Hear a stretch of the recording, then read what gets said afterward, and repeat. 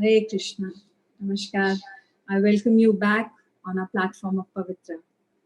Thank you so much for joining us today and for a very special guest today. And also thankful to you for joining us almost every day for mantra meditation and for various other sessions which we've been taking on improving our internal and external health.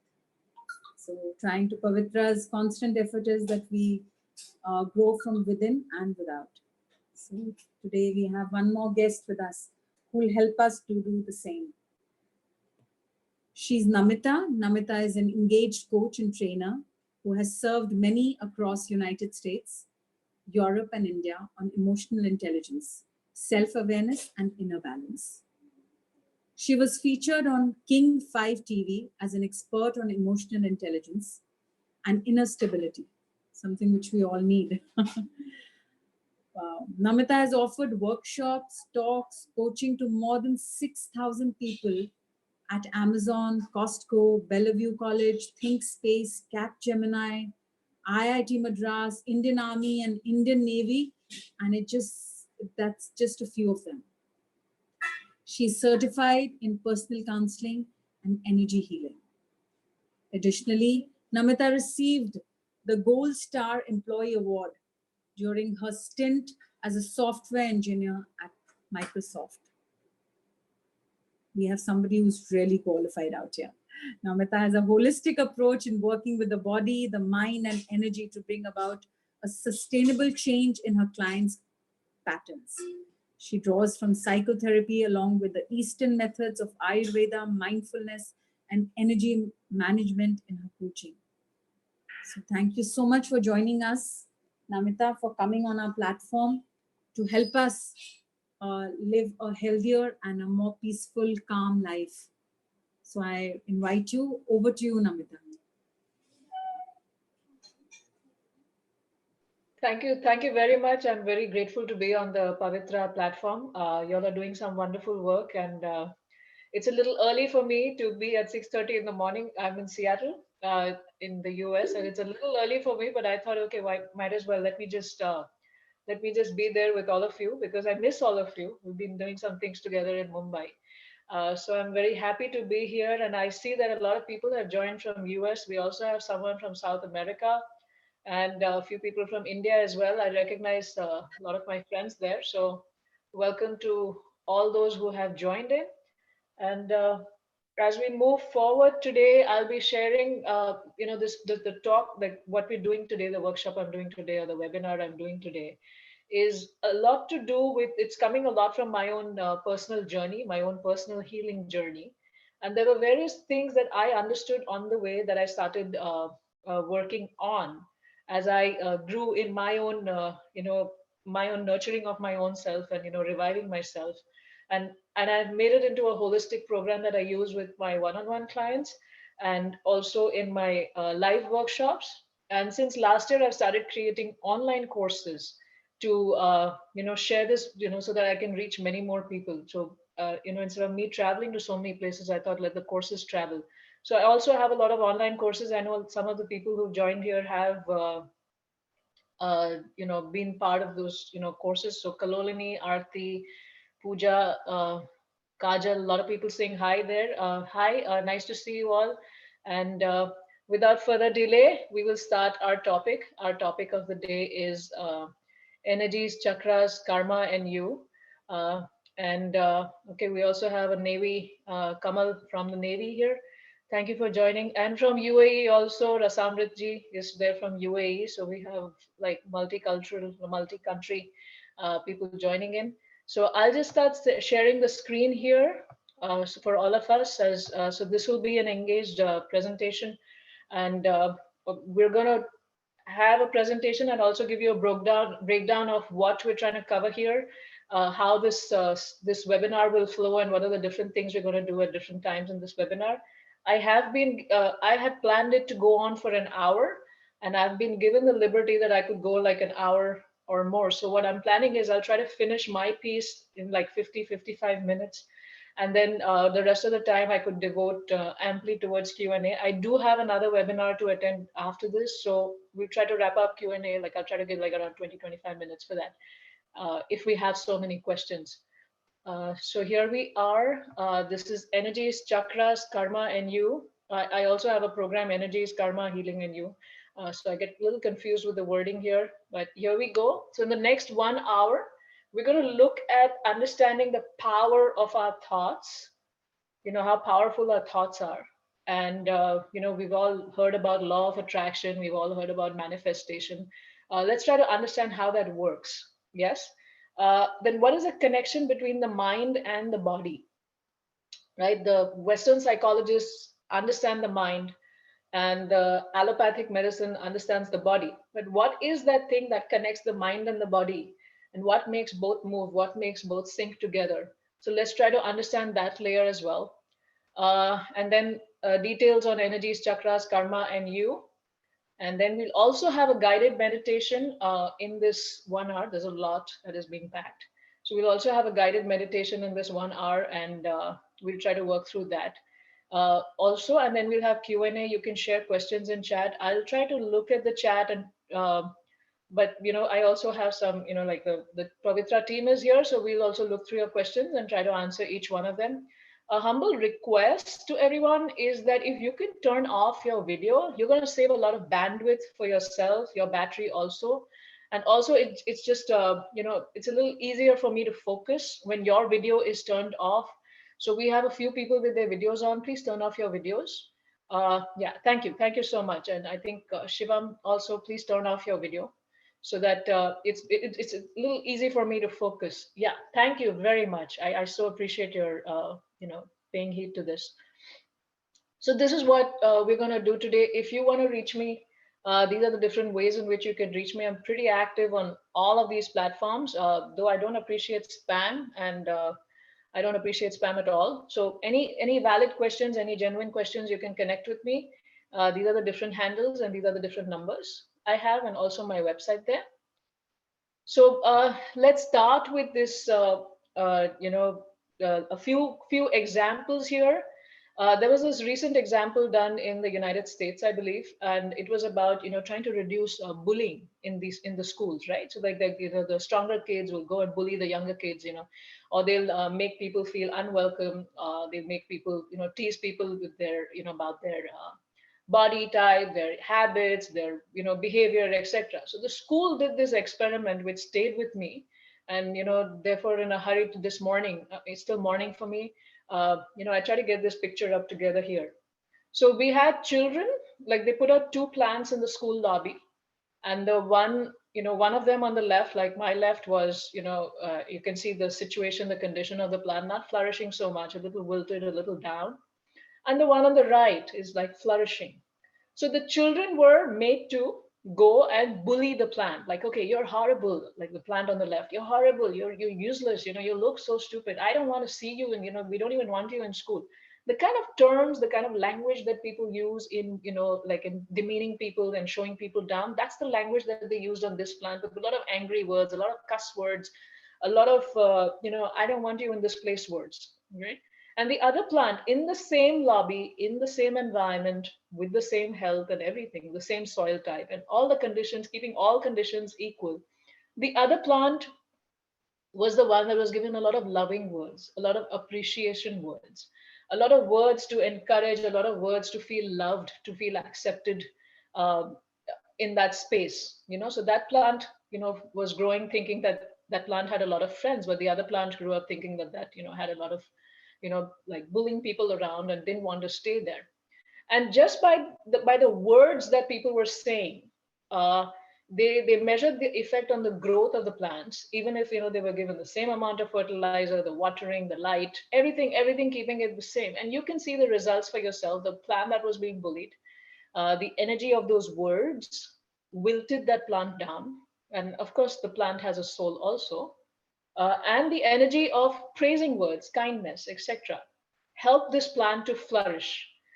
So this is the power of what, what we're like throwing out in the environment, through our actions, through our body, through our words.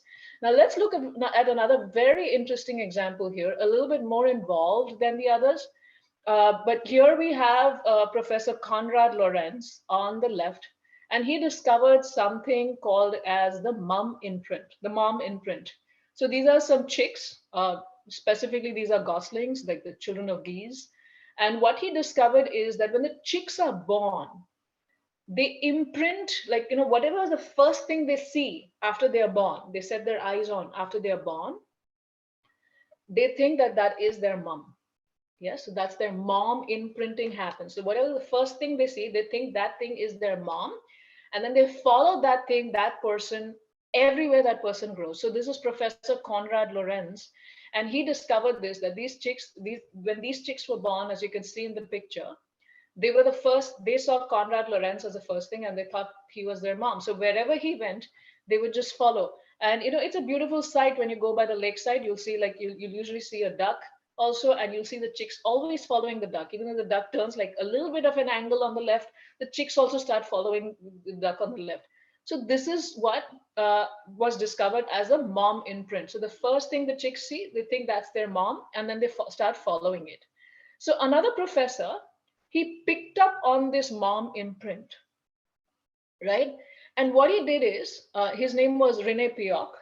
He was from France, and he did this in the 1980s.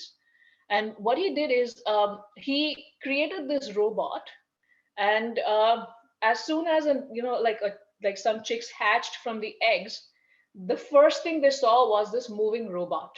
Yes, and so in their mind, mom was a robot. The robot was mom. Yes, so as far as the chicks were concerned, now robot was the mom.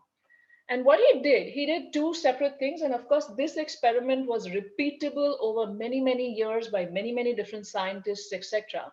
But what you're going to see some now is something very fascinating. Yes. So what he did is he set up a cage, as you can see over here in the center. There's a cage in a free, empty room. And what he did is the cage was empty, and he let this robot move freely. So this robot was it was guided by a random event generator, and it had a random movement across the room, to go across the room, and it was programmed to move right 50% of the times and programmed to move left 50% of the times.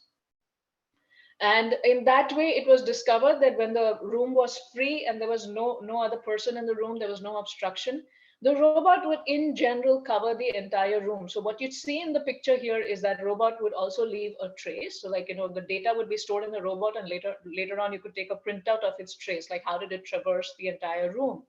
So here we have this picture of this the robot's trace, and you can see it's covering randomly, it's covering the entire area of the room, right? Covered most of the area equally. Now what he did, he changed the situation a little bit. And what he did is, and you can search for this video online, and you can watch these experiments. These were recorded by the Professor René Pioch, and you can watch those videos online. You can search and you'll watch, you can get it. But what he did is, in the second phase of his experiment, in this cage, which was empty in the first the first experiment that he did, in this second set, he put the chicks inside. The same chicks who thought mom was a robot. The robot was their mom. So he put the chicks in the cage, and these chicks just kept watching the robot. Of course, they couldn't move because they were inside the cage, but they just kept watching the robot, very, very intently and very intensely, with a lot of nervousness, because they felt that, oh, mom's moving all around and I can't do anything. Now, this is a robot. In the first example that we saw, the plant is a conscious being, plant is live, plant is responding to thoughts, responding to the energy coming from someone else. But here we see the robot is a completely unconscious, it's completely matter, and it has its own random event generator programmed inside, and they have repeatedly seen that it traverses the entire room, etc. But in the second experiment, what they see is that the robot no longer moved throughout that room. That robot was continuously moving in that area near the cage. And this is a trace that that robot left for that particular movement. So it didn't go throughout the whole room. It just covered half of the room and stayed closer to the cage. And you can see here, there's a lot of movement near the cage, like a lot of zigzag happening here, a lot of zigzag happening here, right? So what do we get by this? So there are many different scientists, many different energy workers, quantum energy workers, etc., doctors, PhDs, authors, people, intellectuals, scientists, etc., who have, studied this work by Dr. Rene Piot. And Rene Piot understood, his finding from that experiment, which was a repeatable experiment. Not only he repeated it so many times, but so many other people repeated it so many times. What they understood is the power of intention. And this power of intention, the intentions of the baby chicks could influence the movement of this computerized robot. And just imagine if that is the power of intention, and that can be impacting something that is matter. Just imagine, how does the power of your thoughts impact other people also, right? And we saw a people example, but we saw it in a plant form. So here we have Dr. Joe Dispenza, closer home in Seattle, and he's associated with all of these different institutes, and he does a lot of different programs, working with energy, working with quantum energy, and helping a lot of different people connect, calm, overcome their health issues, etc. And this is what his conclusion was about this experiment. And then there is more here. So when we look at these experiments by these different scientists, and like this plant experiment, or this chicks, and the robot being controlled, the movement of that robot being controlled by the thoughts and intentions of the chick, wanting the mother to be closer to them. Uh, let's try to understand one thing. What does our rich tradition have to say about the power of our thoughts? And the more I think about this, and the more I deal with my clients who I work on healing, who I work on coaching, helping them overcome some very debilitating things in their life. Uh, Here we have some examples from our shastras, from our scriptures, because for me, this entire work I do is because I want to remain connected to Eastern wisdom and share that with the world, right? So in the Bhagavad Gita, in the 15th chapter, 9th verse, we have Shrotram Chakshu Sparshanam Cha Rasanam Grahanam Eva Cha Adhisthaya Manaschayam Vishayanu Pasevate, right? And the translation for that is, the living entity, thus taking another gross body, obtains a certain type of ear, tongue, and nose, and sense of touch, which are grouped about the mind. He thus enjoys a particular state of sense object. So here we have the mind. Based on what is there in the mind, the different senses are formed, right? So different bodies are given to us based on what is there in the mind. And what is there in the mind? Our scriptures say that the mind is a reservoir of thoughts, emotions, desire, and so do, the psychoanalyst thinkers like Sigmund Freud, right? So the mind is a reservoir of thoughts. And based on what is there in the mind, the Bhagavad Gita says that matter aligns itself. So based on what thoughts you have, you are actually seeing physical matter aligning itself. So, the experiments that we are seeing, it's already there in our tradition. And the scientists are, it's always nice to have this scientific proof. The scientists are finding out through these various different experiments about how the thoughts impact your thoughts. The energy of your thoughts is impacting everything around you, the environment around you, people around you, and matter around you. Now, if we also go back to, when our universe was created, and that's described in the Srimad Bhagavatam. Of course, it's described in many other scriptures, but I'm a little familiar with the Srimad Bhagavatam. And in the Srimad Bhagavatam, in the second and the third cantos, when you look at the process of creation a little deeply, what it describes is, it's because of the false ego, this ego of that, I am this person, I need to enjoy in this way, these are the thoughts I have, this is what I want to do, this is how I want to express myself. That desire of the living entities, collective desire of all the living entities, is the cause of the entire material creation, right from the Mahat Tattva, the mass, the material mass, connecting and going towards getting agitated, and then all the elements coming out, and then the universes, and the Brahma's creation, secondary creation, all of that. It all begins with the false ego. And false ego is, again, a lot of thoughts, a lot of desires that we want to enjoy, right? So we have this thing, that our thoughts are influencing matter, our thoughts are influencing people. Our thoughts are influencing our future. Yes. And so at every level, it's our thoughts that move matter. I'll just try to request again, please turn off your videos. It gets a little distracting for me as I try to focus on doing this presentation. I'd like you to please close your videos because I'm trying to focus on the slides here. So here we have another, person who's done a lot of great work in this field. My father, he introduced me to his work. He introduced me to his book, Dr. Bruce Lipton. He's the author of Biology of Belief. If you have time, you can get to read this. It's available on Amazon in hard copy and in Kindle format. And here, how does he explain about this connection between the thoughts and the energy? Like, what is it like? Okay, if we're thinking, how is it influencing matter? And there are many things he says, but some of the things I picked up from his interviews here. He's also a stem cell biologist, very accomplished professor, very accomplished speaker. He's got a lot of YouTube. He's also got great presence on YouTube, on his website, a lot of work that he has done. You could also try to follow his work. And so he says we all have a choice to create positive changes in our life. The beliefs, the thoughts, and here we're talking about a biologist who's done the science experiments here. So the beliefs we hold in our mind are converted into electromagnetic fields by nerve cells, right? So electromagnetics. Now we're talking about electricity. We're talking about waves. We're talking about electromagnetic fields by the nerve cells, and the brain broadcasts this information to all our cells within our body. Now, being an engineer myself, and a lot of us have done science experiments even in school, where we're talking about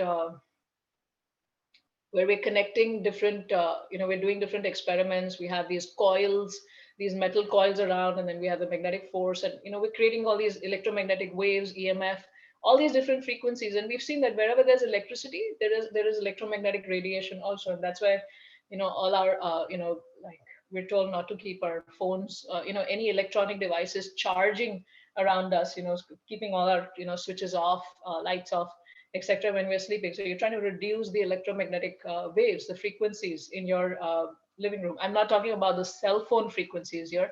I'm just talking about, say, I have this laptop, I have this webcam. There's a lot of frequencies that are coming around. So wherever there's electricity, there are electromagnetic waves. There's energy that is being transferred, right? And so similarly, when we have these electromagnetic fields generated by our, waves, electromagnetic charge generated by our nerve cells, we are also radiating that field. And what he's saying is when we have thoughts, we have electric charge. Those electric charge gets broadcasted to various cells in our body. And those cells respond to the information in those energy fields and use it to control their behavior and gene activity. Now, this is what we're talking about that's happening inside of one person. So thoughts, basically, if this is getting a little confusing here, let's keep it very simple. Thoughts have energy. Thoughts, electromagnetic waves. Thoughts, frequencies. Thoughts, energy. That's what we're trying to understand here. That's how we're progressing through this, right? And now when that is what we're hearing the scientists say. Now what does our tradition say? Our tradition says that we have these different layers that make up our person, make up our aura. Even our aura has all of these layers because we're reflecting the mental body, also we're reflecting the intellectual body. Our body is made up of these different layers: the physical body, the pranic body, the energy body, then the wisdom mental body, the mind, the layer of the mind, the layer of the intellect, and the layer of our spirituality, our bliss. So what do what does our tradition say here? We have the mind and we have the physical body. There are thoughts that happen in the mind. For those thoughts to get converted to action, we already heard the scientists say creates electromagnetic charge that is carried by the cells, and that relates to movement. And here we talk about that as the pranic body, the etheric body, or the pranamaya kosha that we have. So that is a layer that's already defined in our Upanishads. It's also described by many acharyas. And here we have, I had this quote by Mr. T.M. Krishna, who's published in the International Journal of Yoga. And he says when mental processes, now this is from the yoga standpoint, when mental processes are initiated, as it is during most of our life, a pranic field is changed to provide a dynamic cellular response. So in simple English, for the mind, for the thoughts to get transferred to the body and for the body to move, there is this energy layer, the pranic body, the pranamaya kosha, that gets activated, and that makes things move. And when you look at the process of creation, from false ego and the mode of passion, when false ego is mixed with rajagun, uh, then prana is created, right? This pranic energy is created in the process of creation, with like at the beginning of the universe, right? So this prana is in rajagun, and rajagun means there's movement. So this is what makes your mind, the thoughts from your mind get transmitted to action. This is what makes things move. This is what vitalizes your body. This is what energizes your organs, right? Your mind is there, is a fully present entity. Your body is a fully present, all your organs are a fully present entity. But what enlivens everything in your body is this, of course, the soul. But for the soul to function, also, we need the prana in our body, the five types of life airs. It's also called as the prana vayu, the life air, etc. Right? So now, further looking at Dr. Bruce Lipton's work here, and he talks about that, the science aspect. First, many years we just focused on atoms and molecules, right? Everything is physical, and then we had Newtonian laws of physics, the first law, second law, so on, like that, right? So we focus on atoms and molecules, and he says modern, like the allopathic medicine, mostly focuses on atoms and molecules of your body and how they're functioning, what drug can be used to treat them, and how we can, help the physical, the actual physical, the physical layer of the body, or the physical layer of things, and how we can manipulate that, how we can use that, how we can shape it, how we can heal it, and things like that. But then recently, like from the 80s, etc., we started seeing this entire field of quantum physics, quantum mechanics, right? And what they said is, yes, there is this physical layer, there are atoms and molecules, but if you look deeper, each of this is just energy. Everything is energy. An atom is energy, a molecule is energy. It's just different types of energy that's vibrating in different ways. So what they started looking at is that the universe and its components are all made of energy also, and that's the ether or the prana that we talk about. And what he said is that either you have like energy healers, or you have the allopathic healers that help people heal themselves. And complementary healing recognizes that yes, this, the allopathic way of dealing with things is wonderful, great, they've really done a great job, and we can supplement that by taking care of this quantum physics aspect of our healing. And I'll talk about some of these examples here that I experienced when some of my clients were able to just change their thought processes. Even if I was not targeting, neither were they targeting to heal their bodies, but there were some amazing changes that happened. So remind me if I forget. I want to share those stories with you. So there's this whole layer of quantum physics. There's this whole layer. So there is this energy behind matter. So you have atoms and molecules, but you also have energy, and that energy is very important for us to function on, and that's what we're trying to do with today. So we understood there is something called as the energy. We call it the pranamaya kosha, and we call it also the aura, the auric field. Chinese medicine also recognizes it as, they call it as the chi. Greek medicine recognizes it as well. Tibetan medicine and many other traditional knowledge systems based on traditional medicines recognize there is something called as the aura, and the energy or the chi or the prana needs to be regulated, right? And that has recently caught up. And even the scientists recognize that all these electrical currents across the body, they result in this entire electromagnetic field that is surrounding our body. As you can see in this diagram here, on the left, you see this picture, this blue picture with a lot of psychedelic stuff happening around a person's body. So what they recognize also is that every person is walking around with an electromagnetic field. And what is that electromagnetic field composed of? That is what we answer from our tradition very nicely and very deeply. So it's a combination of the physical body's energy that is being projected out. It's a combination of the mental body, your mind, the thoughts, etc. The vibration of that being projected out, your intellect, and various other layers that we are seeing over here. So we are in we are in congruence with what science has to say and what our what our tradition has to say. So in essence, what I've tried to cover so far is that thoughts have energy.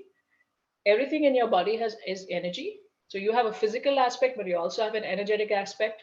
The energetic aspect can be easily seen or felt by trained personnel. It's not rocket science. If you just commit to yourself, you'll be able to learn it. is that energy can be seen or feel if with a little bit of training. It's really not rocket science. And if we understand the energy aspect of our body, we will be able to go one step further towards becoming a better version of ourselves, intellectually, mentally, and also physically. So far that's what I've covered. Now, what are the components of this energy body? What are the different things? What are the different pieces that make up this energy body? So I guess some of us are familiar with the chakras, or you could call them the whirling wheels, or you could call them the energy centers. Different people like to call them different things. And I've just put a picture of like 7 main chakras of your body, but there are many, many chakras all over our body. Our heart has like 4 chakras. Our stomach has around 5 chakras. Our knees, the front of the knees has chakras, back of the knees have chakras, our palms have chakras, etc. And if we had longer time, I would have been able to help you feel your energy also. But for lack of time, we won't be able to do it this time. But maybe next time I'm with the Pavitra, next time I'm doing a webinar, I'll be able to help you with that. So here we see these different energy centers. So now we're purely not talking about the physical body. We're not talking about atoms and molecules. We're talking about quantum energy. We're talking about the prana science. And we're seeing all of these different, we have these different energy centers. Now, these energy centers, their job is to go clockwise and anti-clockwise, clockwise and anti-clockwise. And what is happening when they go clockwise? They're taking in the good energy, the good pranic energy from the environment, from the air, from the food, and from their breath. There's this whole deep science on Swara Yoga that just talks about left nostril breathing, which chakras get activated, right nostril breathing, which chakras get activated, how they get healed, etc. That's a deep science. Someday I'll have a course on that. So when they go clockwise, they take in the good energy. When they go anti-clockwise, they expel the dirty and diseased energy. Yes. Now, what is happening with this energy, right? Now, if you look at the lowermost chakra here, we're talking about the root, and that's at the base of your spine behind, right? So this is going clockwise and anti-clockwise. The job of this energy center or whirling wheel or chakra is to energize the organs around that particular region, right? So all your organs of elimination, your bone structure, your legs, your hip, a lot of that is energized by the root chakra. The root chakra is also responsible for your blood. The root chakra is also responsible for the condition of the skin across your body. The root chakra is also responsible for your bone health, blood health, and the organs in that region and your legs. So any issue with your legs, some root chakra issues are there. Now, apart from being concerned about the physicality of the organs and the functioning of your body, it also has some emotional significances also, which we will look at in the future slides. But this, as we're looking at the different energy body components, here we that make up our auric field, that make up our electromagnetic field. So we have all these charges that are happening between cells, but we also have these whirling wheel centers that are distributing the pranic energy to our body. And this pranic energy is available freely, by our connection with the air, like the air we breathe. It is not oxygen; it is prana. It's a life force. Walking bare feet on the earth also helps us take in a lot of high pranic energy. Also water, being near trees, and anything natural will have a high pranic energy quotient. Even your clothes you're wearing, of course none of what I'm wearing is cotton except maybe for my my trousers, but everything that I'm wearing is not natural material. So then the pranic energy carried by these unnatural materials is low. Pranic energy carried by natural materials is high. Also available from freshly cooked food, the high prana quotient, right? So that's the first thing we understood, energy. And then we have meridians, right? So you can still see the energy center, but we have meridians, and we have these meridians that are interconnections. So just like we have arteries and veins that carry your blood, we have these meridians. These are subtle. It is still matter. None of this is spiritual stuff. This is still matter. Prana is matter. Chakras are matter. All of this is matter, but we're just trying to understand our body a little bit more, the energy body a little bit more here. So then we have all of these meridians or etheric pathways, or also called as nadis, that help in transferring the pranic energy to different places across our body, like that. Yes, so we have these energy body components that help in transferring, and any place where there is a crisscross of these nadis or a meridian, there will be a chakra. It's just like when you're, we call it roundabouts here, or gold, where on the road when you go and you have to go around just to get to the right, to whatever direction of road you want to take. So that roundabout helps distribute the traffic and go in different directions. Similar, these chakras, you can think about them also as roundabouts that help distribute the energy towards different meridians to go to different parts of the body. Yes, the energy body is also considered as the also composed of as the prana that's flowing across the body. So I'm just talking about the five main types of prana: prana, udana, vyana, samana, vyana, apana. And these are different pranic energies that flow in different regions of the body. And here you can see the apana vayu is there, flowing all downward movement, all your elimination, giving childbirth, for the woman's menstruation. All of that is like the downward movement, right? And therefore, you don't do yoga after eating food, because when you eat in food, you need the downward movement to happen properly. But when you do yoga, your energies again start rising up. So that's why there is this gap about eating after, like doing your yoga after some time. Then you have the samana, which helps with digestion. Then you have the vyana, which helps with the involuntary movement of the heart, the blood circulation, etc. The udana is about creativity, self-expression, communication. And then you have the overall prana that's running through your body. And very subtly, there are some pictures here. These all correspond to the different regions of the body, and the chakras also correspond to the different elements: earth, water, fire, air, and ether, and the different organs. And so we talked about chakras, we talked about nadis, we talked about the five types of air. I'm just giving you an overview. And as I mentioned earlier, the chakras not only have a physical aspect of healing your body, keeping your bodily functions going properly, but there's also an emotional aspect, right? So we have seen so far, we've understood, and if for some of you this is the first time you're hearing it, it's a little too much to digest. But just be with me, and this knowledge will build on you. You're not going to get everything together in this webinar with me, but just be with me, bear with me, give the science a chance. And as you start observing things on your own, you're going to start seeing connection with what you're hearing today, right? So these chakras also are connected to your emotional self. The thoughts, the emotional energy is also stored in the chakras and stored in your different body parts. Like, one of the things that I do with my clients, especially those who've gone through a lot of trauma, who have like terrible anxiety, fear, those type of emotions, what I help them do is release those emotions from the body. So with psychotherapy, you can help them release those emotions, with intellectually in your mind. But an energetic release is also needed so that they can function properly. And that's what I try to do with them, and I've seen some amazing results. And we'll try to cover that in the guided meditation today, so that you can have that experience. So here we have these chakras and emotions, and let's just focus on the root chakra again. So here we have the root chakra at the base, right? Now the root chakra is a root. It's all about stability. It's all about feeling safe, secure, grounded, right? Now, when the root chakra, so it's about your survival. Now, when somebody is feeling that, oh, all my bases are covered, my basics are covered, I'm safe. The root chakra does its work properly, right? It moves properly. It's not congested. Its size is okay. All of that is working fine. But if it's blocked by fear, right? If there is some fear about their basic survival that has, they've been affected by that. Maybe they had like a food shortage in their life, or maybe they experienced, too much movement. They, didn't have like a stable shelter, stable parents, didn't have all of that. Then the root chakra starts constricting, and you will immediately start seeing diseases form in your body. And I'll share, with permission, I'll share with my client's permission. I had one client approach me in August. I love saying this story. So if some of you have heard this before, hear it again.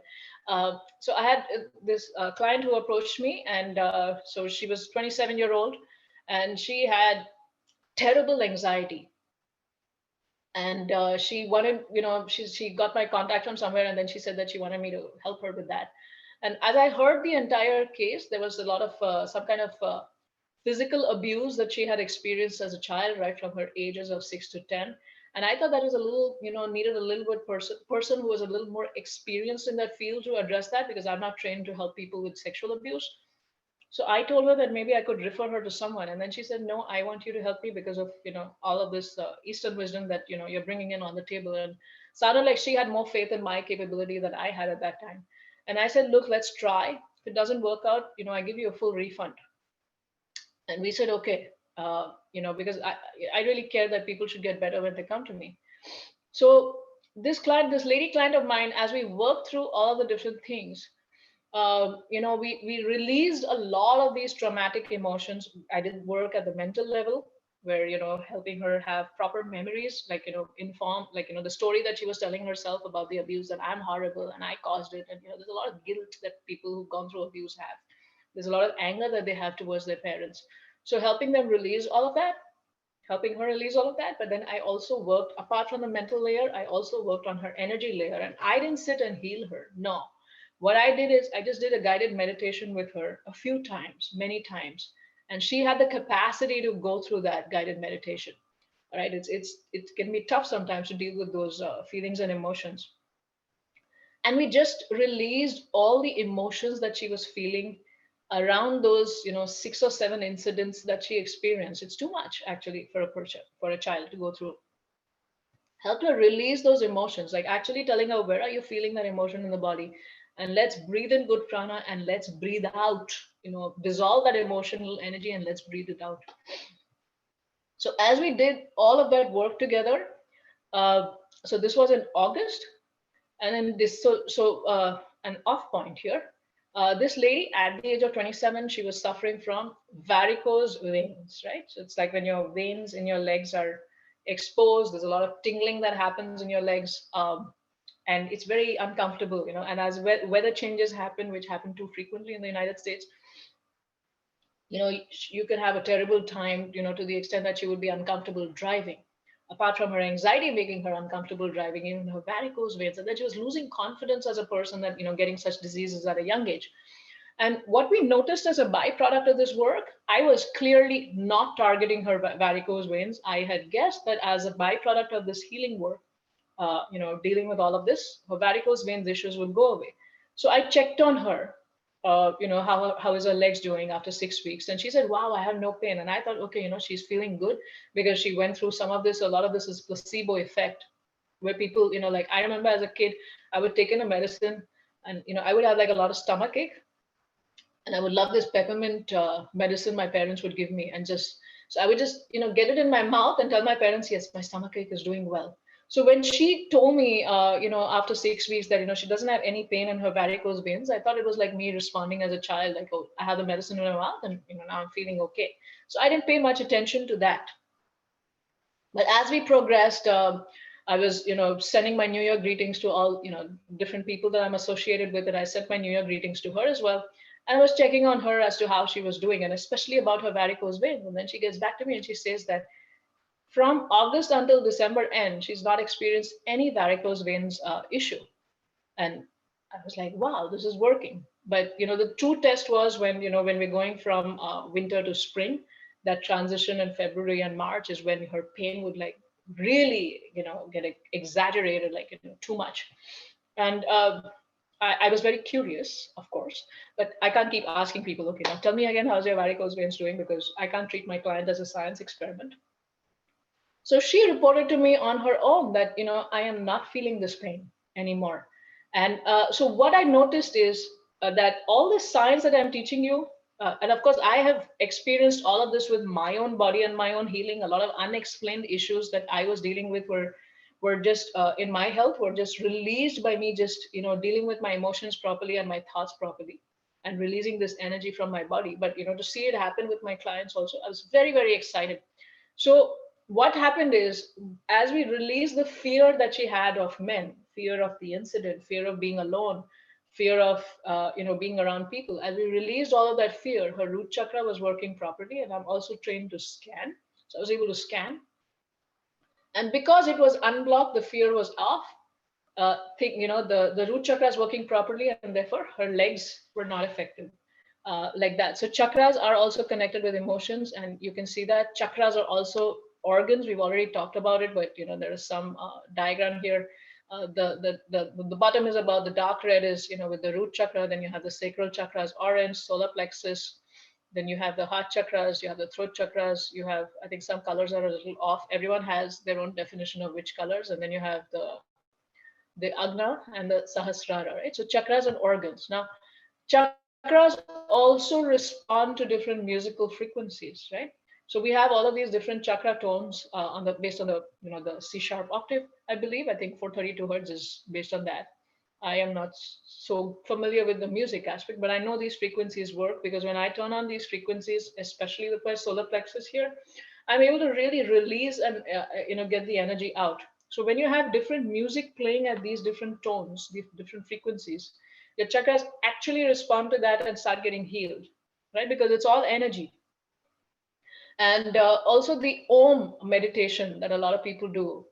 The Om meditation is, I believe, is at 417 hertz. Some people do it at that or at 432 hertz.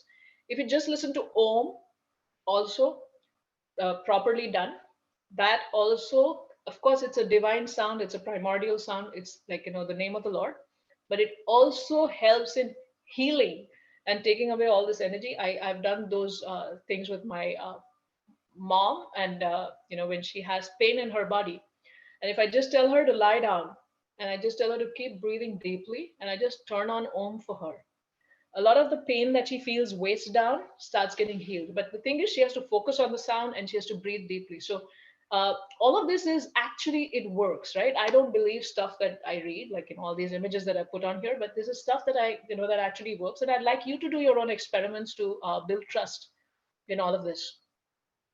Chakras and mantras. So these mantras are also chanted at different frequencies, and lam, vam, ram, yam. All of these different mantras have been described in our books of yoga, etc. Now, this is not just the benefit of the physical sound we're talking about here, but we also need to understand this is transcendental, and we're also, by chanting Om, we're also praying to the deity of Om, which is God Himself. Then also the different devtas, the different who are in charge of different functions of your body and the universe. We're also worshipping those personalities who are in charge of those strengths to heal you. And chakras and planets. So the topic of this program was energies, chakras, karma in you. I believe, yeah, karma in you. Now, where does karma come into play here? And I found this very interesting, as as I go deeper in my study of Vedic astrology. Not an astrologer. I know enough to read a person's chart to understand their personality, their nature, to understand their strengths, to understand their weaknesses. And I learned that science so I could serve my clients better. Now, and also to understand if they're blocked by certain things, right? So for me, this whole planets and chakra correlation is amazing. When I see someone's chart, it immediately shows me the person's nature. Are they acting from their lower chakras? Like the lower chakras are more representative of our material desires, of our fight for life, existence, and all of that. And our higher chakras are more about connecting with our spirituality. So here there's a connection between the different planets and the different and we consider the sun and the moon also as planets in Vedic astrology. The grahas basically control grahan, like that they control. So they have these planets also are sending out a lot of energies that are controlling us and our body and our minds, etc. So here we have the sun is sun planet is the deity for the Muladhar, the root chakra. Then you have the moon for the sacral or the Swadhisthana. Mars is all about energy, vitality, running, earning, all of that. So that's like your solar plexus, because solar plexus is the center of I am, I can do this, my identity in this world, right? And then you have the Anahata, Mercury, throat, and so on. So these different planets are connected to different chakras, and I think we're doing pretty. Are we doing good with time? I'm a little confused with the time. We're 40 minutes into this, I think. Yeah. Okay. So we have these different 50 minutes, I guess. We have all of these different planets connected to these different chakras. Now, where does karma play into this? Because the planets are basically giving your karma to you, uh, right? So different planets based on where they are, and in your birth chart, in the positions of your birth chart. These planets, based on their position, there's certain energies are emitted that have created this psychophysical nature based on your karma. And by looking at that, by looking at the planets in your chart, and you're able to correlate with which, what your chakras are and what the health is. And you can almost predict issues or even heal issues that are happening. Of course, for me, it's more like a reverse engineering. I'm looking at the person who's coming to me. I'm looking at their chart. I'm looking at their health, and also scanning their energy. And I've seen an amazing correlation here. Now, some schools of thought give some different combinations of planet, but my reference is from you can see it here at the bottom in this slide. Now, why we why we we understood the energy body, we've understood the connection between the thoughts and chakras, we've understood how we can raise our vibration, how our thoughts are influencing our environment around us.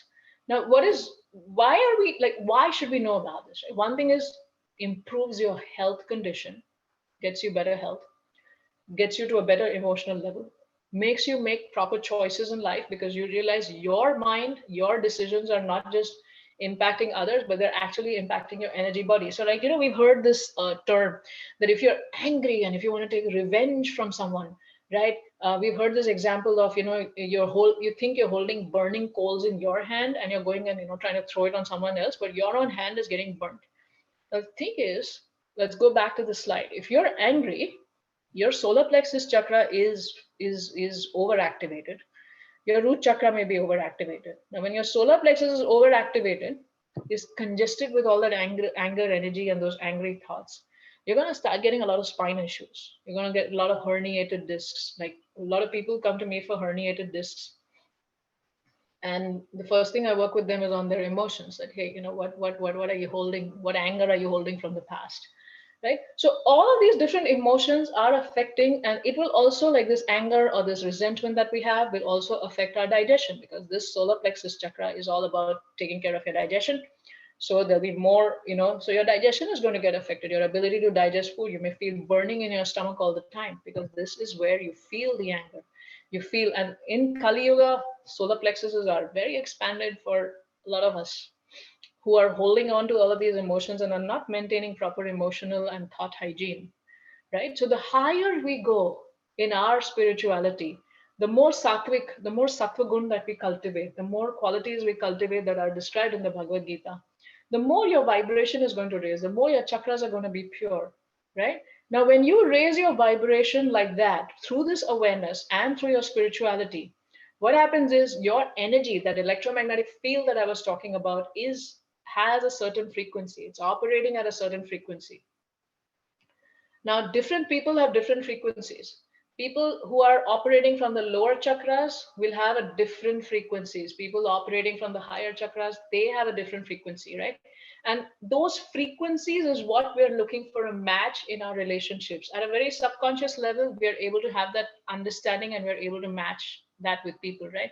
So, like here you see this person has a certain frequency, we have another person at a certain frequency of electromagnetic waves, and then they may attract or they may get repelled, right? So what we want to do is, we can't change the situations we are in, but we can really take care of our energy, take care of our thought processes, be more forgiving, be more loving, and all of that, so that we can really have a good vibration around us, right? Like when you go to the hospital, I know a lot of people, like I feel very drained. Once I was doing a workshop with people, and I didn't know I didn't know the background of the people with me in that class, but I had one lady who was a nurse, and another lady, she was a psychotherapist, like a psychiatrist. Sorry, she was a psychiatrist who works with army veterans in Seattle. People who've been worked in the army and have gone through a lot of trauma. So she, after this presentation, she told me that actually, when every weekend, a lot of these doctors do fall sick, and they think it's because of the infection and the germs. But she said she had begun to realize that it's because of the type of energy that's there. Everyone's sick, their energy is low, they're all drawing from the energy of a healthy person, and so her energy goes down, and that causes more illness and sickness in them, and so did the experience of the nurse. So energy is going to flow from a higher person to a lower person. Everyone's electromagnetic field is going to be different based on the quality of their thoughts, the quality of their karma, the quality of lives they're living in, and their quality of their habits. So what you want to do is, you want to raise your vibration through various methods of taking care of yourself, so that you can also attract the right things in your life. But you're not going to attract something that's beyond your karma, right? So within the limits of your karma, you will, if you raise your vibration, you'll be able to attract things that you truly deserve. But the law of attraction doesn't go beyond your karma. Now, what are some of the things you can do as an energy hygiene on a daily basis, right? So, salt is considered as a great way to eliminate all negative energy from your body. So, after you take a bath, you can rub salt all over yourself. The cheapest salt also does good. You don't have to buy like, like very expensive salt. And then just after 2 minutes, allow the water to flow. That really refreshes your energy body system. Salt has a great capacity, salt and water, great capacity to absorb negative energy and then help you drain it out. Also, 10 minutes of anulom vilom pranayama, right? So, this one, if you can see my video, the one that we do, right? If you can do 10 minutes of that, 10 cycles of that, 20 cycles of that, that clears the nadis that are, flowing and helping in clearing all the chakras. You want to hug trees, be in sunlight, walk bare feet on earth, get some fresh air. All of that on a daily basis. If you do that, it like I was once working with a 17-year-old who was depressed, right? It happens, and she wasn't able to go to school for like 4 months. And one of the things, part of her, part of the work that I was doing with her was to do these hug a tree, walk on the earth, sunlight, and fresh air. And then as we would check her energy, we could see her energy was expanding every single day with 10 minutes of anulom vilom and this hugging a tree, walking on the earth. I'm not saying you just have to go and hug a tree, but just be around trees, right? That because the trees are like very high elevated sources of pranic energy. Having a spiritual practice, having a vegetarian diet, the dead and decayed bodies don't have very high prana. They're very dirty prana. And then if you take in that prana through food, then it brings your energy down. So therefore, vegetarian and food has higher prana. Think about how you can grow, how you can start operating more from your higher self than from your lower self. That also increases your vibration, raises your vibration. Releasing attachments, like we're attached to a lot of things, we gradually, then that creates a lot of angry emotions and tense emotions in us. So as we release that, and also releasing your traumatic thoughts in extreme cases, that can help. So a little bit of marketing here. I have this course that I created on mastering your energy and the law of attraction. It's launching on Monday. But we're doing a pre-launch this weekend, and because of the Pavitra team, they really wanted me to make it affordable for the audience here. So until Monday, we have this discount. If the Pavitra team could also share that in chat, I'll appreciate that. Um, and what I discuss in this course is it's like an 8-week self-driven program where every week you'll get an email with the videos for the week and the homework assignments for the week to help you achieve all of that on your own in your life, right? So that's energy mastery, and that's energy mastery with the law of attraction. If some of you are interested, so energy mastery is this one, and the law of attraction, if you want to add that also, that's this much, right? And this is the link for that course. And what are some of the things that are there in this course? We talk about 8 chakra. There are guided meditations to release any trapped emotions and to also physically heal each of those chakras through your breathing and your intention. There are guided meditations. So there are 7 guided meditations for the chakras. There are guided meditations to release any negativity. There are guided meditations to release traumatic thoughts also. Uh, the and you get lifetime access to this course. So it's an 8-week program. Every week you get the focus of the week. First week is the aura, first 2 weeks. And then we progress through each and every chakra of yours. Every week we have like 2 or 3 chakras that we work on. And we also have introspection exercises because a lot of your past is influencing your current electromagnetic waves, your current situation. Also, so helping you release all of that. Having a lot of homework exercises to do. And for those of you who are interested in law of attraction, then we also talk about, but before that, we also talk about spirituality, how we need to increase our spiritual quotient, and what are the different things that we can do to help increase our spiritual quotient. And it's not connected to any, it's not religious, it's more like connected to your spirituality and your own evolution as a person.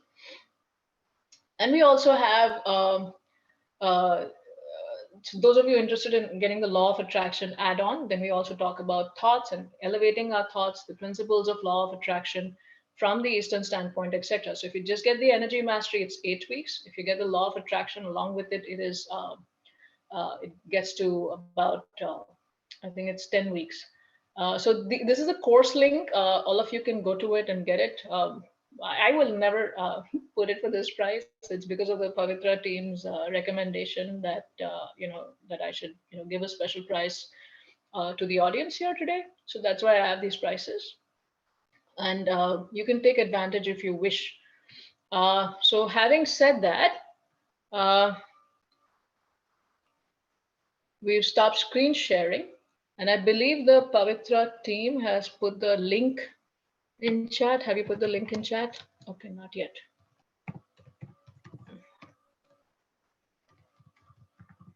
You can get it here. Okay.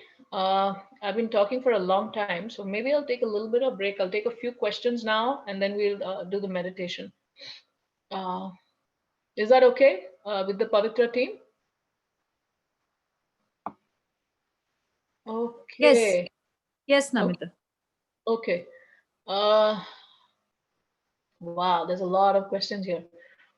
Mm, I'm just going through the questions. Please bear with me. Uh,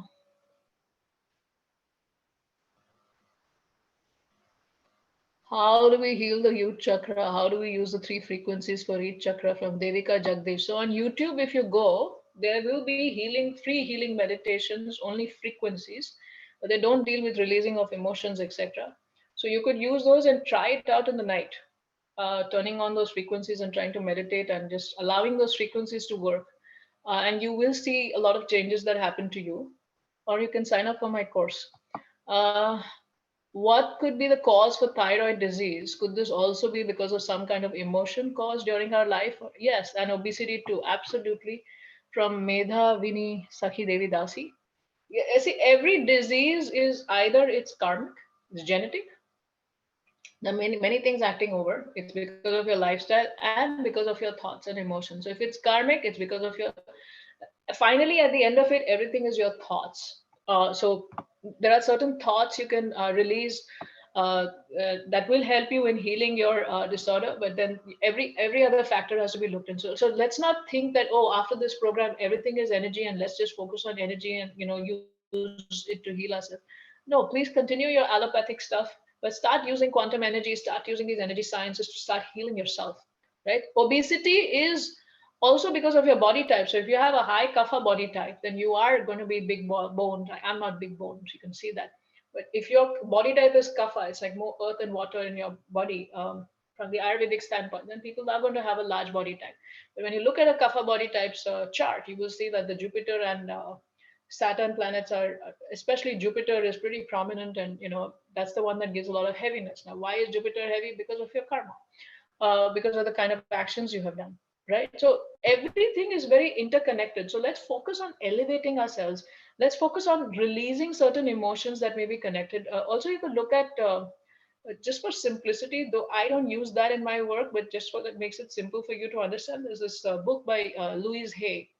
But even if you don't get the book, if you go online, you will get a lot of information on emotional cause of thyroid disease, emotional causes of obesity. So you could use that and you could take help from that in your program. Okay, what else do we have? How do we heal the root chakra? How do we? Okay, I think we already talked about that. Healing the root chakra. So, okay, let's do an example here, right? The root chakra is red. The more red you have around you, so just by use of colors, you can also send in a lot of red energy to over there by helping you release the emotions. I already did one example by eating more red colored foods, by using those certain frequencies, by hearing those. Sorry, I didn't have the raga reference, but there are different ragas that are connected to root chakra. Then different yoga asanas also, right? They're focused on your hip area. Now, when your hip area is opening up, and that's why the breath is so important in your yoga, because then you're sending in the prana to that chakra and you're healing. So uh, different yoga poses also help in healing different chakras. So it's like a holistic thing, but you can start with just breathing and releasing different. Okay, then we have how to heal eye pain. As a uni student, I study a lot and suffer with my eyes sometimes. What could be the cause of thyroid disease? Okay, so I think in general, your diseases are connected to your emotions, your karma, and your genes and your lifestyle. So it has to be a multi-pronged approach for you to work with that. I think that was a reason. How do you sense bad energy in your environment? I think if you start doing some of just, your pranayam properly, you will see a difference between what your energy was before and what your energy is after. And when you are able to change your energy like that through pranayam, then it helps you, like you're able to sense the change in your energy. Then you're also able to sense the different types of energies in your environment as well.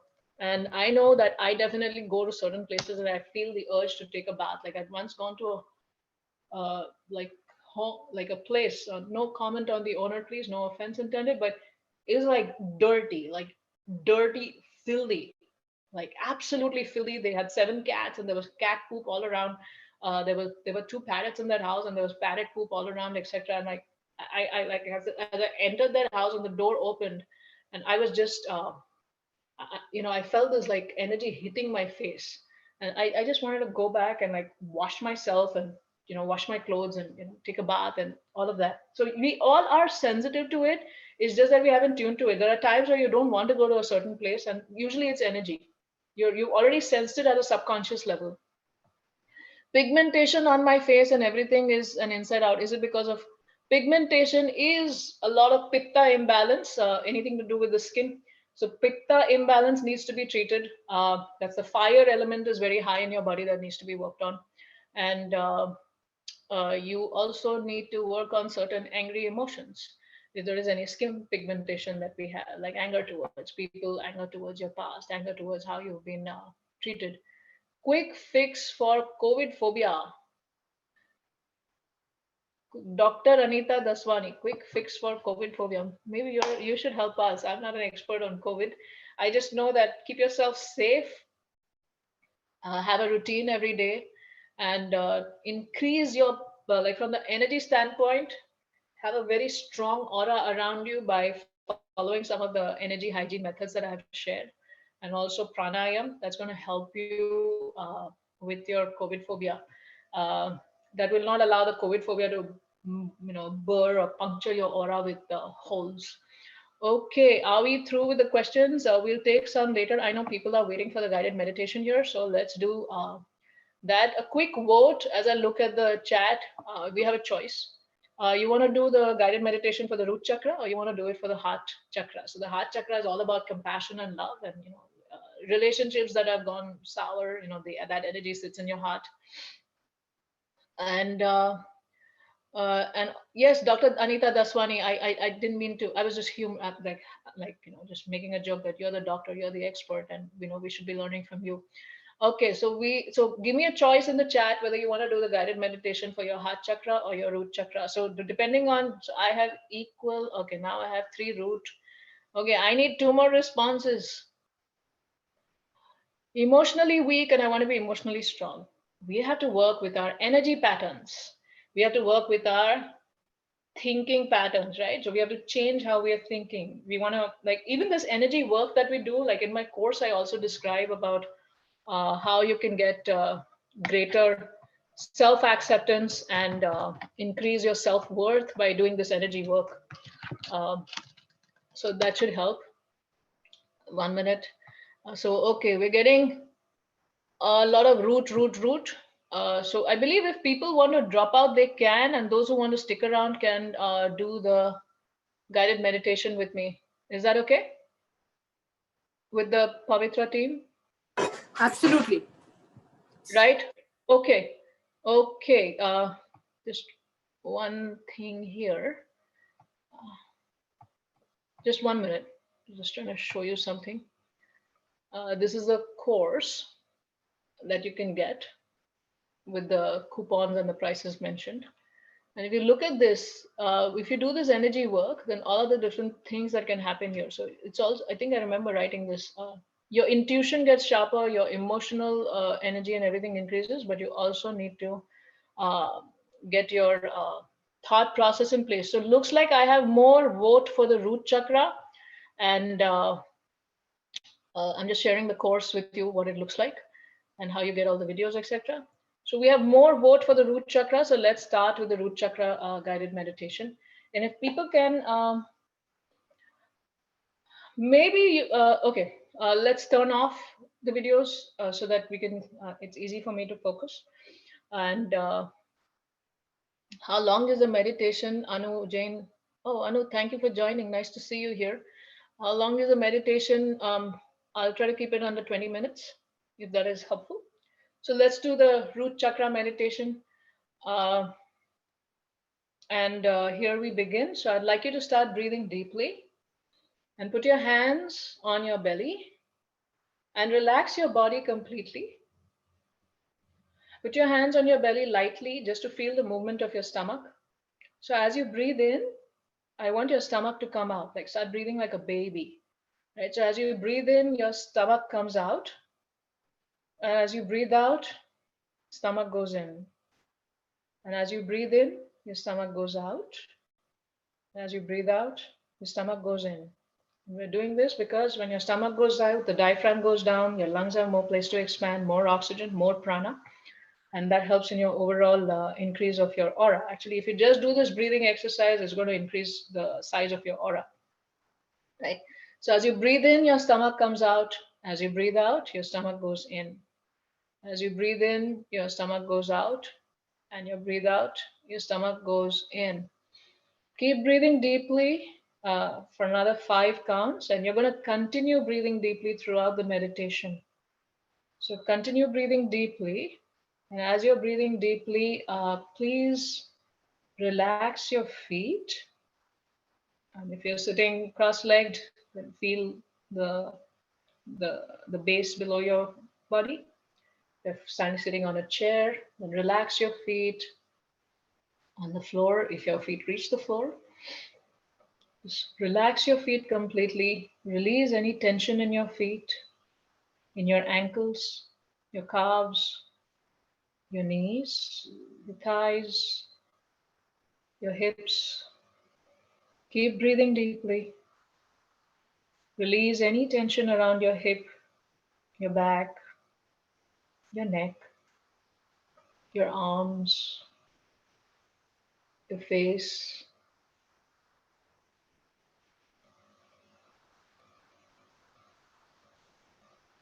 Keep breathing deeply.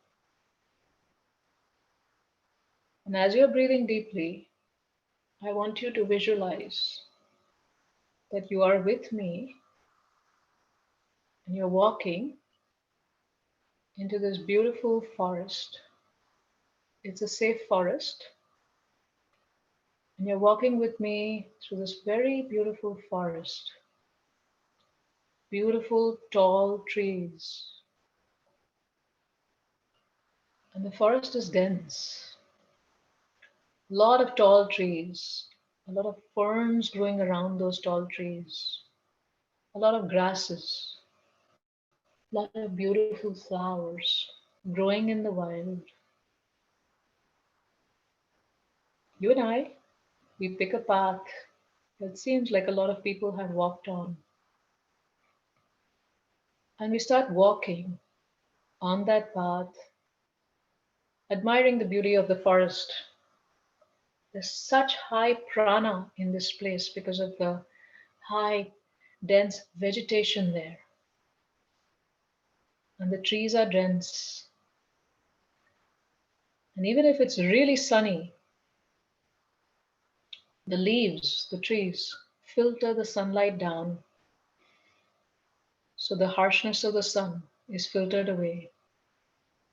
And as you walk deep, walk through the forest, you realize that the path that you're taking seems to be near a water body because you can hear the sound of water, the gentle sound of water hitting on the rocks of the banks of that water body. You become curious and you start walking a little bit faster because you want to go near that stream. And as you keep walking on this path, you are soaking in all the energy that is there in the trees, coming from the trees, the high prana coming from the trees, and also through your deep breathing. As you walk further, you come really close to this very beautiful, gently flowing stream, making very beautiful musical sound by hitting on the rocks. And you look at that stream having a little bit of a downward flow, flowing down.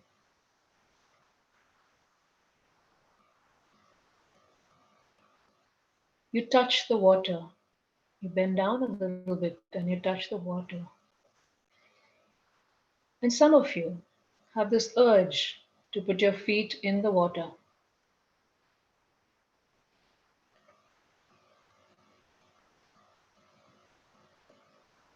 You're totally relishing the stillness of the entire forest with the slight movement, the energy of this stream.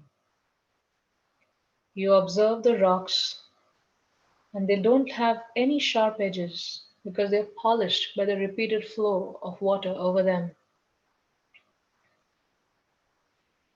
As you look around, you notice this very strong, very big trunked tree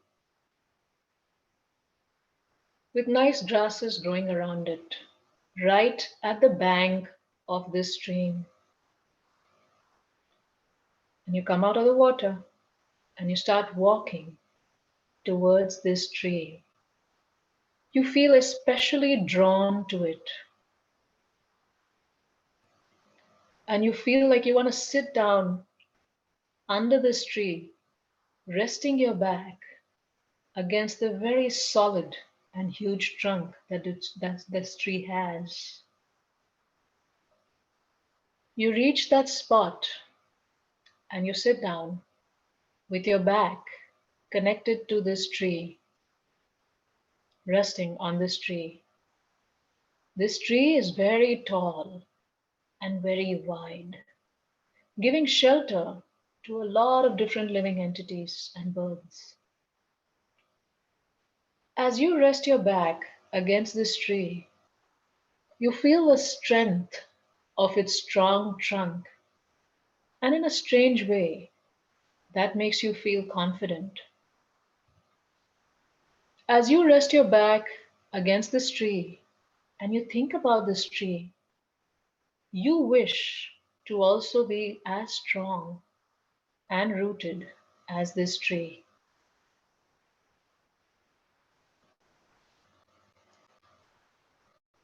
As soon as you wish that, a strange connection develops between the tree and you, and the tree uses its massive root system, almost going half a mile down in the earth, to bring in the much needed pranic energy from the earth through its root system to your root chakra.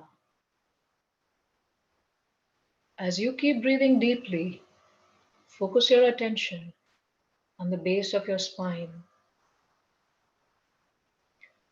The roots of this tree are bringing in many red globules of energy from the earth. These red globules of energy are transferring, are going through the root system of this tree and coming and energizing your root chakra, resting against the trunk of this tree. Keep breathing deeply and visualize these red balls of energy energizing your root chakra.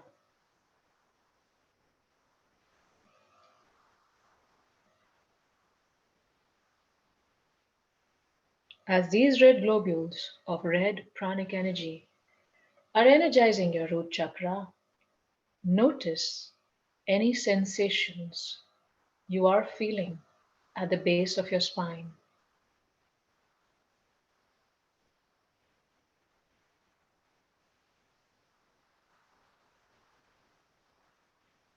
Do you feel a movement, or is there no movement? Do you feel warm, or do you feel cold?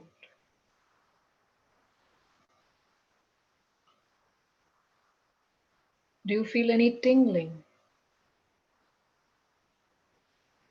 Connect with what you're feeling at the base of your spine. Are you feeling any tense energy there? Or do you feel that the tense energy is gone away?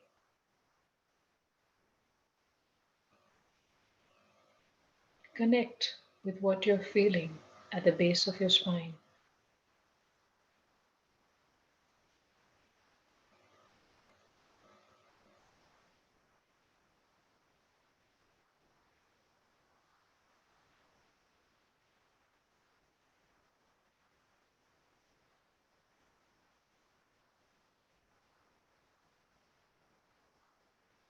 Also,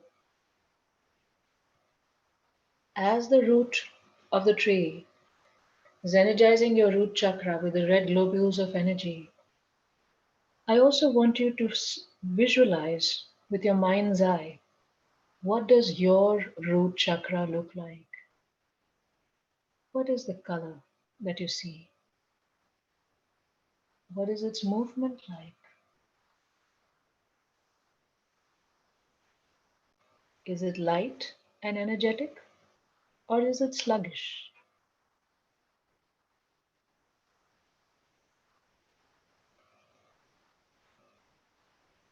What is the color like? Is it dark and dirty, or is it light and bright?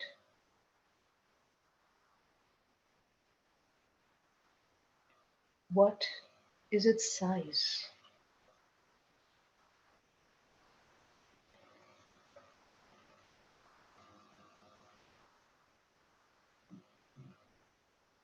And as the root of the tree energizes your root chakra, I also want to start focusing on your breath. And as you're breathing in deeply, you are sending in light red pranic energy from the white prana all around you. And as you're breathing in deeply, you are sending in the light red prana from the air to your root. And as you're breathing out any negative emotions, any negative energy that is stuck in the root.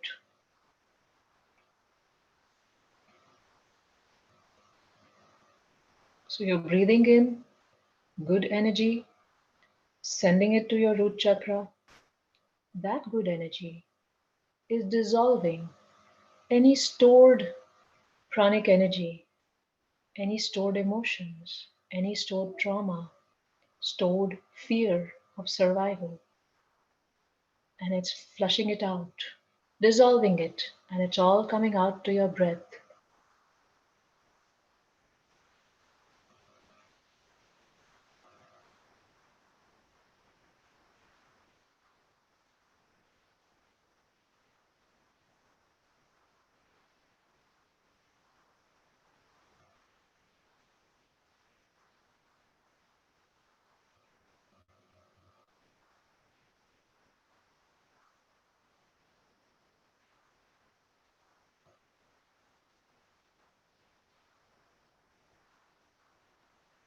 Breathe out all that is not necessary, any difficult emotions that you may or may not be aware of, anything that is congesting your root chakra. You are breathing out that energy.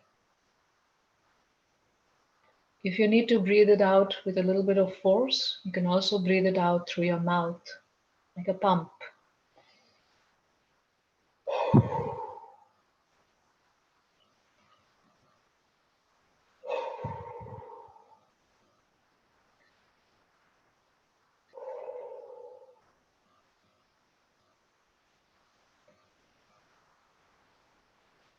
Connect with what does the base of your spine feel like. What does this root chakra feel like now, having been energized by this tree and by your breath?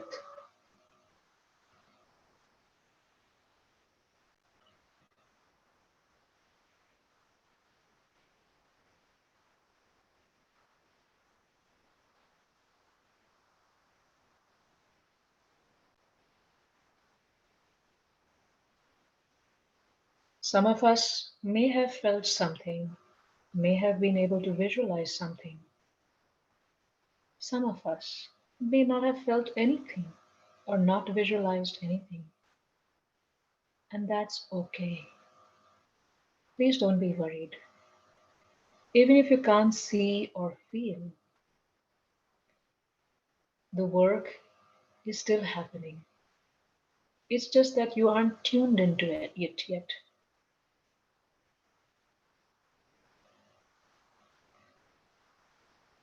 And as you feel that your root is energized enough,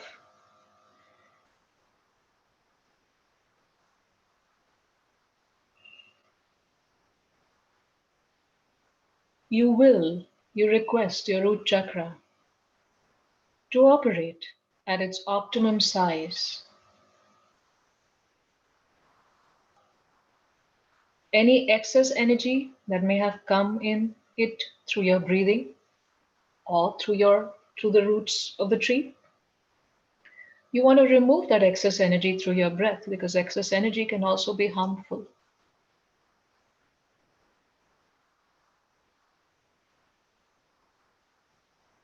You feel extremely grateful to the air, to the stream, and especially to the tree for helping you energize your root chakra, clear the energy from your root chakra,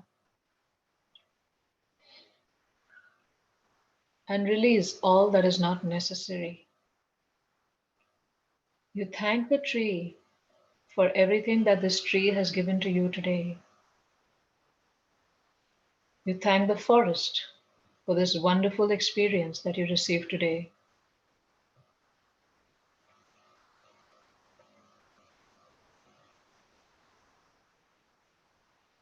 In your heart, you remember this sanctuary, this beautiful experience that you have felt, and you promise yourself that you will always take it with you. And remember to come back to this beautiful forest and this tree whenever you need to energize yourself.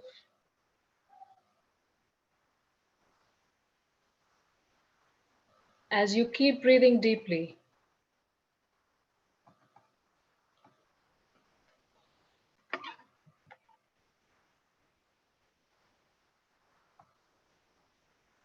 and feel relaxed, and you express your gratitude to the tree and this forest, gradually come to awareness of where you are, your room,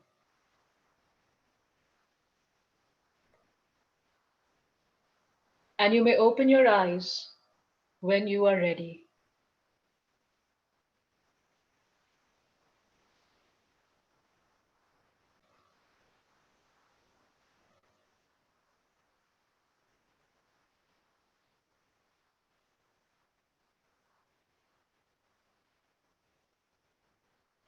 Stay connected with how you're feeling, what you have experienced, what thoughts and emotions have come to the forefront, what you have felt physically and emotionally and spiritually, any realizations that have come. If needed, you may write those down, any commitments, any covenant you want to have with yourself. And you may also share with us on chat so that we know how this experience went for you. I have also shared the link to the course, the 8-week program for 2,900. It's like less than, I can't believe how how cheap the price is. It's less than like $500, I think, 500 rupees per month per week. And you're going to get at least 30 to 40 minutes of my videos, like smaller videos, piecemeal, and you're going to get some introspection exercises. So your commitment every week is about an hour and a half. And and it'll really help you in working on your healing. This is just one guided meditation of the root that also has for all the different chakras. It also has guided meditations to release trauma, release trapped emotions, set intentions for the future, and all of that. So please take advantage of this course. If you get this course, it helps me support my work and my learning, and it helps me create many more such courses, invest in many more such courses, for more and more people. So I'll appreciate your support in getting this course and using it for your healing, and also in supporting my work. Right. So here is the link again. Looks like everyone's had a great experience. For those of you who are feeling relaxed, relieved, and joyful, feeling cool, feeling detoxed. Wow. Great. And some of you are feeling heavy in your body but light in your head. Those of you feeling heavy in your body, just exercise a little bit after this program.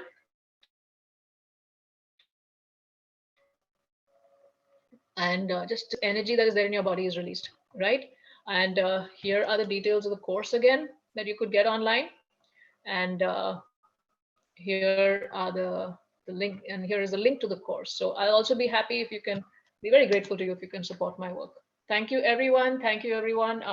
Thank you Pudam, thank you Arti, thank you Arun's iPhone, thank you Ria, thank you Archana, thank you Realme XT, thank you Sapna's phone, thank you Medavini, Sakhi Devi Dasi, and Bina Bayani, Savita, Pooja from South America, uh, Kavita, and many more people. So over to the Pavitra team. I'm very grateful to Pavitra for giving me a chance to do this presentation to the audience.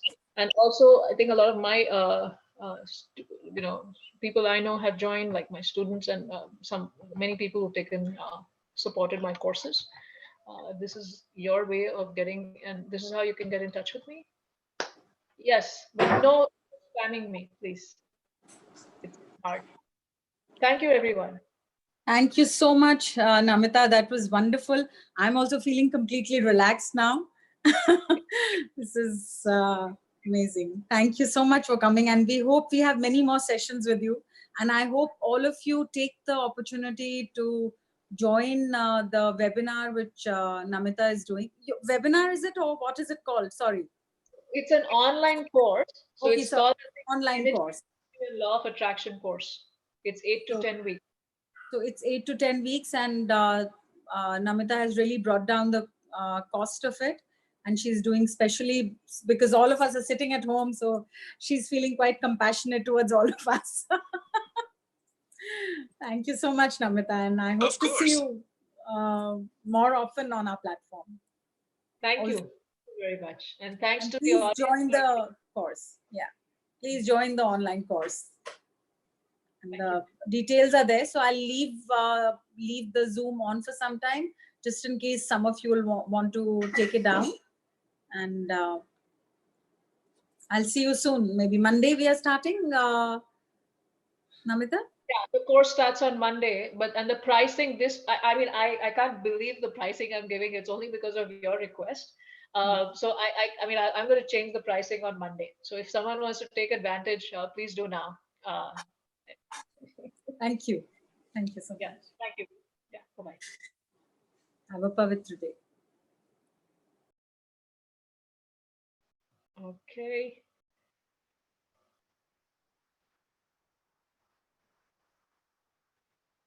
So I'm just staying in for a few minutes, and then I'll also disconnect.